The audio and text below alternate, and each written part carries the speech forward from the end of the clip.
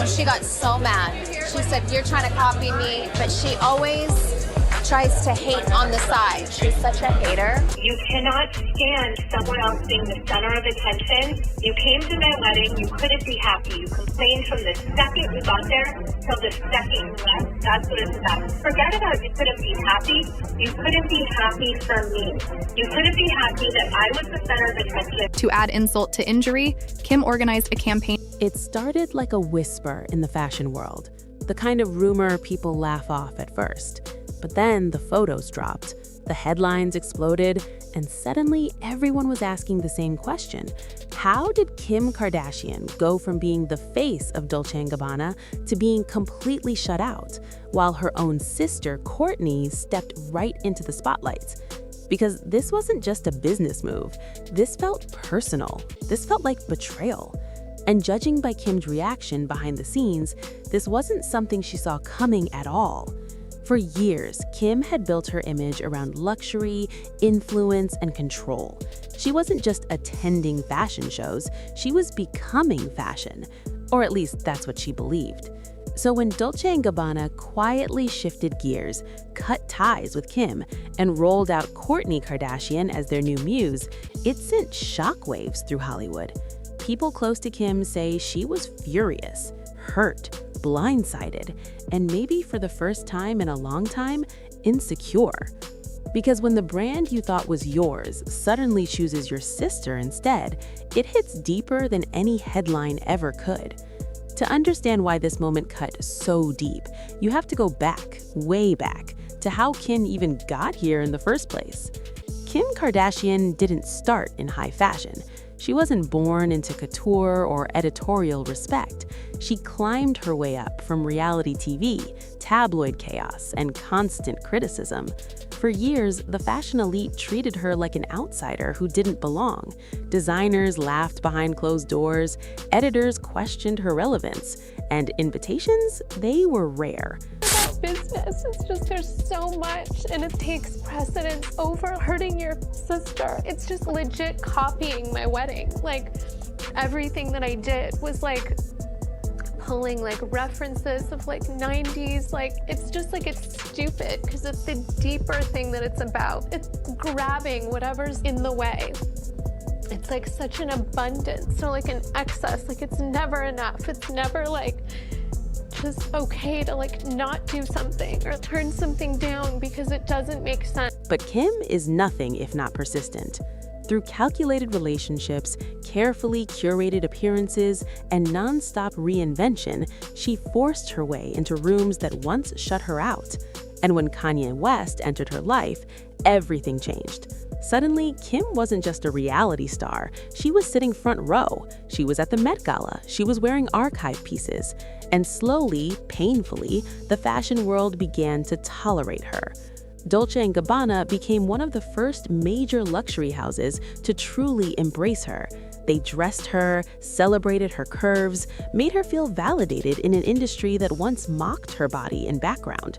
For Kim, this wasn't just a brand partnership, it was proof that she had made it, proof that she belonged. So when Kim curated an entire Dolce & Gabbana-inspired collection, walking through their archives and hand-picking looks, she saw it as a power move, a full-circle moment. She believed she was cementing herself as a fashion authority, not just a muse. But here's the twist no one expected. That same collaboration reopened old wounds inside the Kardashian family, especially with Kourtney. Kourtney had married Travis Barker in Italy, wrapped in vintage Dolce & Gabbana, creating a dark, romantic aesthetic that felt deeply personal. She believed that wedding was hers, her moment, her vibe. So when Kim later partnered with the same brand and leaned heavily into a similar aesthetic, Kourtney felt robbed.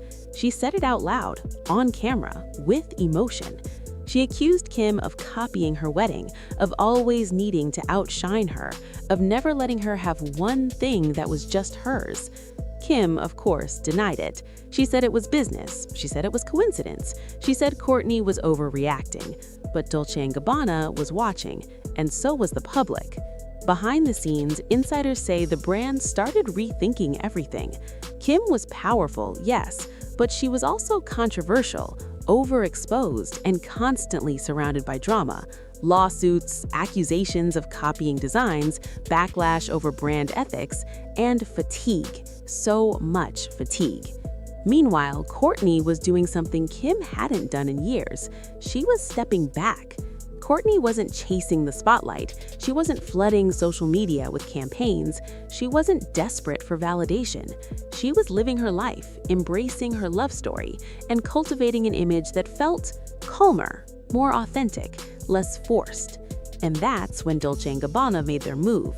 Instead of renewing their loyalty to Kim, they pivoted. They leaned into Kourtney's gothic romance aesthetic. They saw something fresh, something untapped, something that didn't feel like it was trying too hard. When the announcement finally dropped that Dolce & Gabbana was aligning themselves with Kourtney, not Kim, the industry gasped. Kim didn't just lose a deal, she lost status. Sources close to Kim say she felt humiliated. She believed the brand owed her loyalty. She felt used, replaced, and worst of all, overshadowed by the one person she's always competed with, even if she'll never admit it. This wasn't about fashion anymore. This was about family. Because Kim has always been the sister who won, the most famous, the most powerful, the one everyone revolved around. And suddenly, that narrative cracked. Fans started noticing subtle changes. Kim's social media posts grew sharper. Her interviews felt defensive. She avoided mentioning Dolce & Gabbana altogether, as if erasing them would erase the pain. And then came the reports that really set things off. Whispers that Kim had been dropped due to relevance concerns. That word hit like a slap. Relevance. In Hollywood, relevance is everything. And Kim built her entire empire on staying one step ahead of the curve. So the idea that a luxury brand no longer saw her as necessary, it shook her. Meanwhile, Kourtney stayed silent. No shade, no clapping back, no explanations. And that silence spoke volumes. What nobody expected was how deeply this moment would expose Kim's biggest fear. That without constant attention, without constant validation, she might fade. This situation also reopened conversations about Kim's reputation in fashion. Critics resurfaced allegations of design theft. Designers once afraid to speak out suddenly felt bold enough to talk. Old lawsuits were brought back into the spotlight. And suddenly, Kim's carefully curated image started to feel fragile. Meanwhile, Kourtney's partnership was being praised as organic, effortless, timeless. The contrast couldn't have been louder. For Kim, this wasn't just a professional loss. It was emotional, personal, a mirror being held up to everything she's tried to outrun: insecurity, competition, and the constant need to prove herself. People close to the family say this moment deepened the distance between the sisters. The smiles are still there in public, but behind closed doors, things are tense. Conversations are short. Trust feels thin. Because when business collides with family, nobody walks away untouched. Kim reportedly feels betrayed, not just by Dolce & Gabbana, but by the idea that Kourtney benefited from something that once belonged to her. And Kourtney, she feels like she finally got something without having to fight for it. The emotional impact of this goes beyond fashion headlines. Kim built her identity around being chosen, being wanted, being the star. And when that spotlight shifted, it forced her to confront a version of herself she's always avoided, the one that feels replaceable. This situation has also affected how the public sees her. Some fans sympathize with her pain.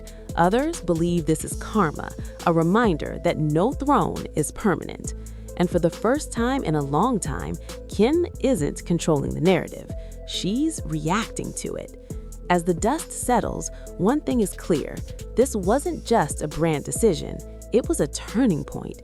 For Kim, it's a wake-up call. For Kourtney, it's validation. And for the Kardashian empire as a whole, it's proof that even the strongest dynasties crack under pressure.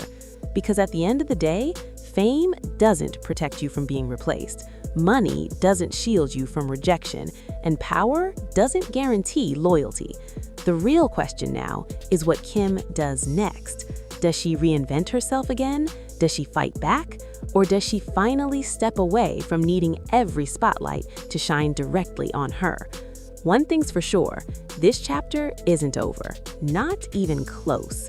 Because when sisters compete, brands choose sides, and empires start to wobble, the fallout is always louder than anyone expects. And if this moment taught us anything, it's that in the world of fashion, fame, and family, no crown is forever.